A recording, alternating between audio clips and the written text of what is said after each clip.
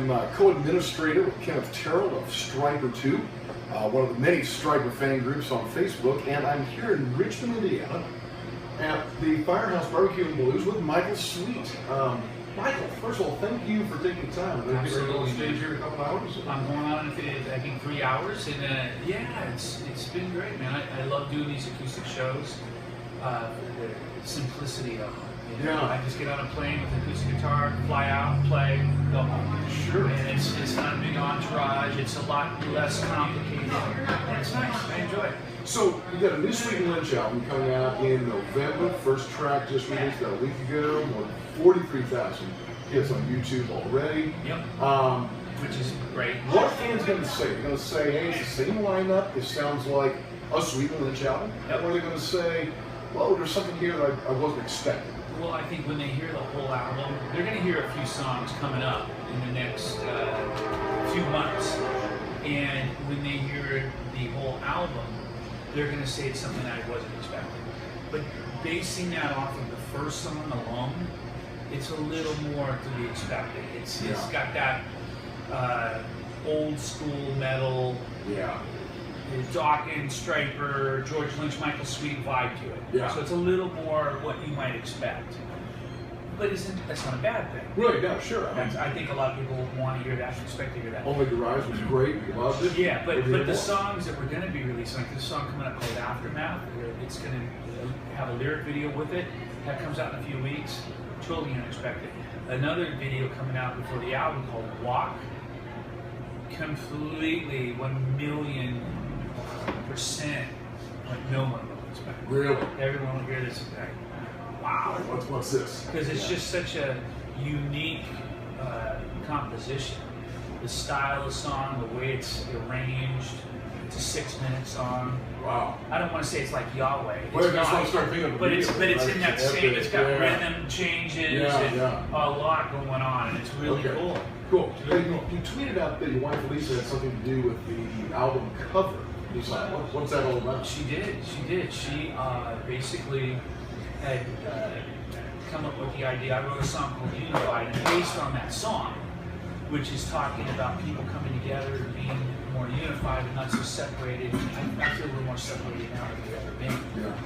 People would probably lie to you and tell you otherwise, but it's pretty, I think, disgraceful when you look on Facebook and Twitter and you see all the rhetoric that just obviously is hateful and it's garbage. I wrote a song about that called Unified, and Lisa, based on that lyric, kind of threw out the idea about having a world and puzzle pieces, and it's coming together yet falling apart. And, if you look at the imagery, you'll see that wow, it's a powerful statement. So that was kind of her idea, and I thought that's really cool. And then Stannis, who also did the artwork for Fallen, No More Hell to Pay, and Sweet and Lynch 1, did an incredible job on the artwork. I love it. Yeah, I gotta say, the artwork for No More Hell to Pay is my absolute favorite of any album, any artist. It's great. I've got the framed poster of that really good in my house. He nailed it. I mean, that's Stan Decker. Yeah. Stan Decker. But I believe Stan lives in France. European. He's obviously a graphic designer, artist, and he's a few notches up. Sure. He's one of those guys that, when you get him to do it, it's like it's going to be brilliant. Yeah. And he's got a real gift and talent for designing artwork and album covers specifically. Yeah, it's a good look. And speaking of No More Hell to Pay and Fallen, you guys going to be writing and recording a new Striper album this fall? We are. We're excited. We're going in. Oz, Rob, and myself are going in, and we start pre-production at my house in October. We start recording in November. And man, I tell you, and I mean this, we're at this stage in our history and career, whatever you want to call it, we're more excited now than we have been, I think, in the history of the band. Why? Because we're excited about the unknown.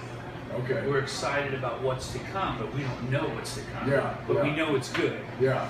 So we're really pumped about that. And we feel that God's doing some incredible things in the band right now, and more than incredible, like miracles within the band. And we're very much, like a hand in a glove. We're very fitted together. Yeah.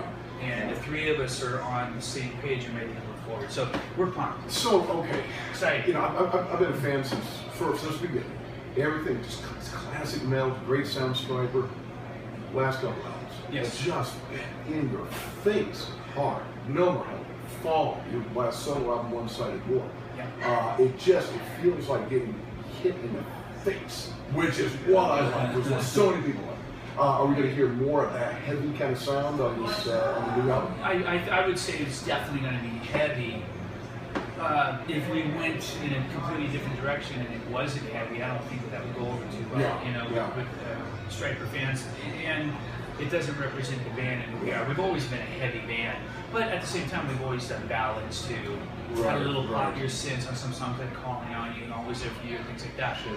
And that's okay. There's that side to us. So you might hear a little bit more of that too. Okay. Because we've had a lot of people say, "Man, I really love the heavy stuff, but I kind of miss the Calling On Yous." Right. Or that really great commercial ballad or whatever. So we're certainly gonna keep those doors open. Okay. And try to put together the perfect Stryper album. So when people hear it, you can't please everyone, nor should you try to please everyone, because you're just beating a dead horse. Right. But we're going to try to put together a Stryper album that truly goes down in the books from everyone, our critics, people that hate us, people that love us, as the best Stryper album of all time. That's what's going to happen on this album. So you think there's been a progression in the Stryper sound over the years? I think it took us a little while to refine ourselves, and judging from Reborn, that was a really great album. It was a solo album, but it definitely sounds more like a solo album. It's not the Stryper of old. And then we did Murder by Pride, and then after Murder by Pride, the next studio album was No More Hell to Pay. Yeah. So going from Reborn to No More Hell to Pay, I feel like we found ourselves again on No More Hell to Pay. And then with Fallen, even more. Well, this album's going to be even more. This album's going to be like, no way, how did they do this? This is miraculous. Because it's going to be our best album. And I know everyone always laughs. They always say that. Well, here's the thing about Stryper, and I'm very humble when I say this. We say it, and then we prove it. Yeah. It's as simple as that. Well, you guys, you keep getting better, and what's so great, you think about the bands that came out of the 80s, you guys are still there. You're still making new music, it's good music. You're touring, you're out there, and you're keeping it alive. We feel it is. I mean, hindsight, you never know, we'll never know, because we're not in the 80s any longer, but I feel if No More Hell to Pay had come out in the 80s, it would have been our biggest album. Yeah. And then I feel if Fallen had come out following that, it would have been even bigger. Now, granted, we'll never know, because we don't live in the 80s anymore. This is now, and that was then. But I feel confident in that, and why I say that is I believe those are our best albums. My favorite classic album is Soldiers, and then it would be To Hell. But those albums rival Soldiers and To Hell, absolutely, in my opinion. Now, this next album is going to be our best and smoke them all. And when people hear it, they're going to be, no way, I can't believe what I'm hearing. Yeah. And I got to make it so. Oz has to make it so. Rob has to make it so. But we're going to make it so. So we were talking a little bit before about just the change in the record industry and just the business end of things. Right. And you live hard on social media so well. Twitter, Instagram, Facebook Live, doing videos for the fans and so forth. Do you think that you are self-promoting more now than you did when you guys got started? Oh gosh, I think we definitely, I'll speak for myself. I work my tail off, making people aware of everything that I do, whether it's solo or with Stryper. But more important, making fans feel involved and a part of what we're doing, because they are a part of what we're doing. we can't do it without the fans. And they're just as important as any member in the band. You think that's a thing for new bands to really get a hold of, is to utilize social media that way as a way to really connect with their fans and build a base? Well, yeah, I mean, but again, you got to do what you feel is you. Like, there are a lot of people that don't get into it. They're like, I'm not, I let my management do that. And you can kind of tell the Facebook and Twitter pages that are not band run. Sure. It's not personal. Sure. It's personable. It's just like cookie cutter pasted post. And, right. And that's all good. But I have a real problem with that. Yeah. I think it's. I think it kind of speaks volumes to the fans on who cares for the fans and who doesn't care for them. Well, sure. You look at fan groups on Facebook that follow you guys and repost the stuff that you post, and you guys are great connection. Yeah, I mean, I enjoy it. I love the fans. I appreciate the fans, and hopefully, my time on social media proves that. That's not why I do it, but I mean, I invest a lot of time on social media because I'm always thinking about the fans. I go, you know what? I haven't told the fans what's going on, so I post something. Right. And it's who I am. Yeah. It's I don't need to say I care for the fans. I do it. Yeah. You doers of the word and not hearers only. I do it because I do. And hopefully that speaks volumes. So let me take it personal, okay? So when I'm not listening to Stryper, hard rock, and metal, I'm teaching high school Latin at one of the largest public high schools in Indiana. So go back to high school for a moment. Favorite subject, English or math? Oh man, I would say math, even though once I got into algebra, I didn't excel at algebra, but I would say math. I probably enjoy math, and I'm good with numbers. I enjoy adding numbers in my head. I'm that guy who's like, 127 plus 264, boom. And everyone's still thinking about it. It's like, there it is, So I enjoy math. English, kind of boring. Okay. Pizza, hand tossed or deep dish? Hand tossed. Absolutely. Never been a deep dish guy. Makes me too full. Sports, college or pro?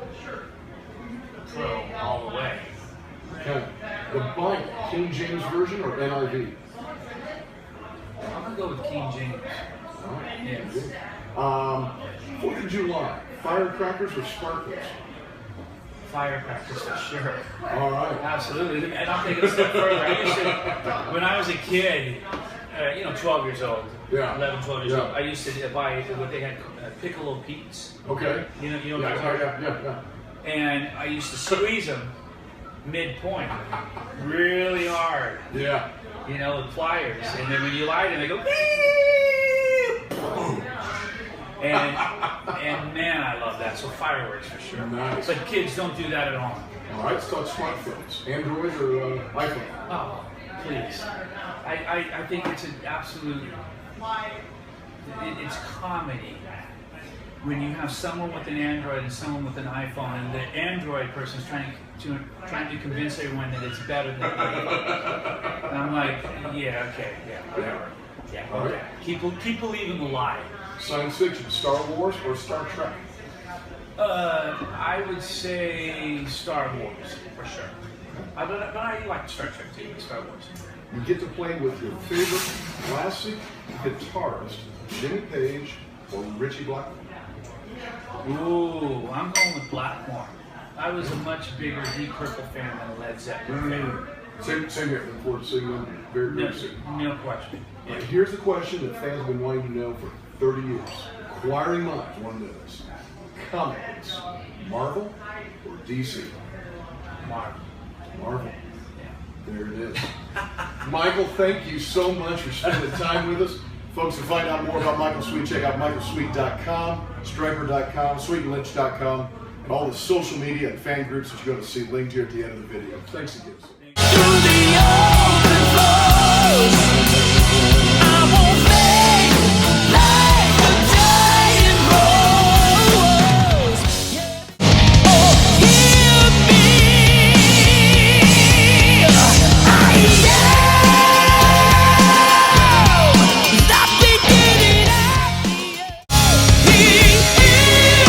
King of kings and the Lord